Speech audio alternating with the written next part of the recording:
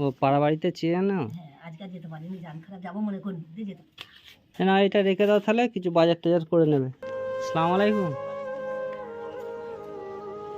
তোমাদের বাড়ি এটা? ও, বাড়িতে আর কি আছে? যাবো ভেতরে? আচ্ছা, তোমার ছেলে কি করে? বাড়িতেই থাকে? বয়স কত ছেলে? দেখি ঘরটা একটু। সব ভাঙাচোরা বাবা আমার। এই ঘাস কি মাঠ থেকে কাটা হয়েছে নাকি ছাগলের? ও, এটা সরকার থেকে দিয়েছিল না নিজেরা?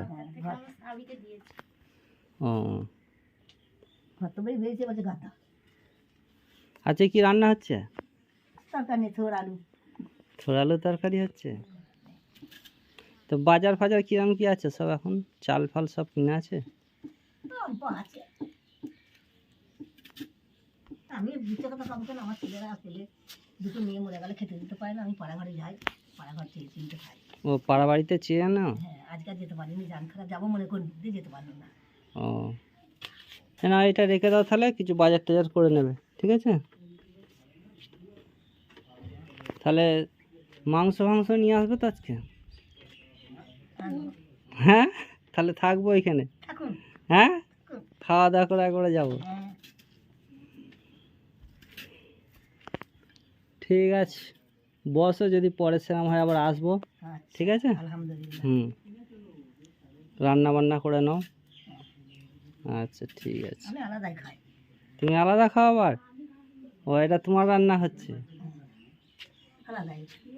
ও আলাদাই করে খাই বাবা। হ্যাঁ, তাহলে আজকে থোড় আলু রাত তরকারি আর ভাত হবে, আর কিছু হবে না?